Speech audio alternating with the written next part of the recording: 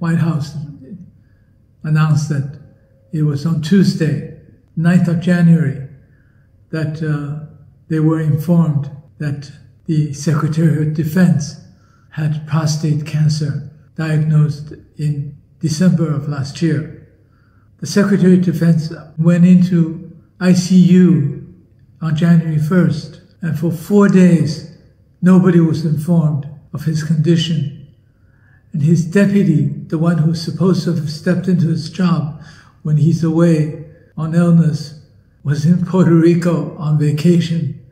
It's absolutely amazing when you think about the chain of command, when you think about the clarity of the political system and the governmental structure of the United States, that something like this can happen, that for 4 days, Secretary of Defense did not inform the White House or members of Congress or even his colleagues in the Pentagon that he was away in ICU.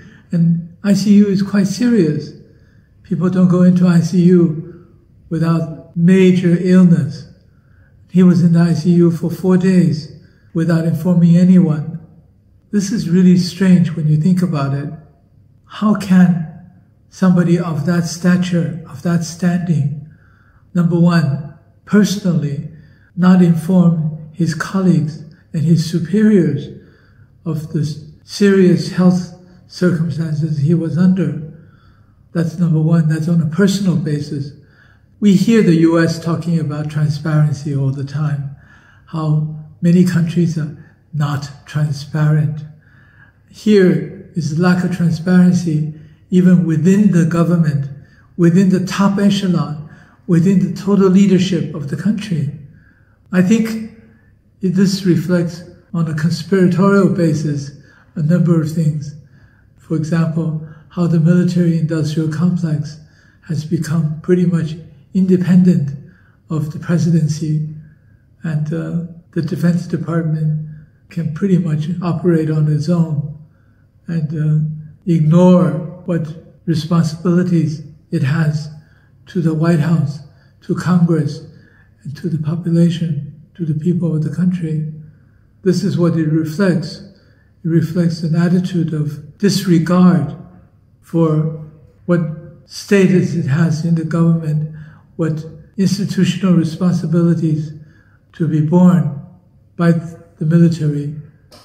This is very dangerous. It's an issue of attitude of ignoring these responsibilities. And I think President Biden did not take issue with how he was not informed over such a long period of time. He just basically said, oh, I'm concerned about his health. I think the issues are much more beyond the conditions of Secretary Austin's health. There are some serious bad things going on in the government.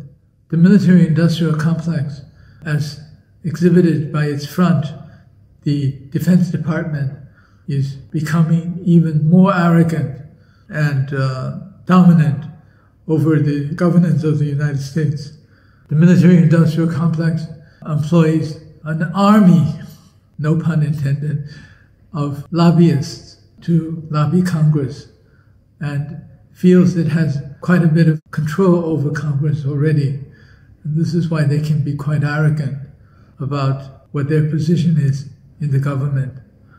And I think in this particular case, it reflects how the military, especially in this case, Secretary Austin, can feel that he need not inform the government, he need not inform the president, need not inform even his colleagues of the situation that he was actually in the ICU for 4 days before anyone found out or anyone was informed that he was seriously ill.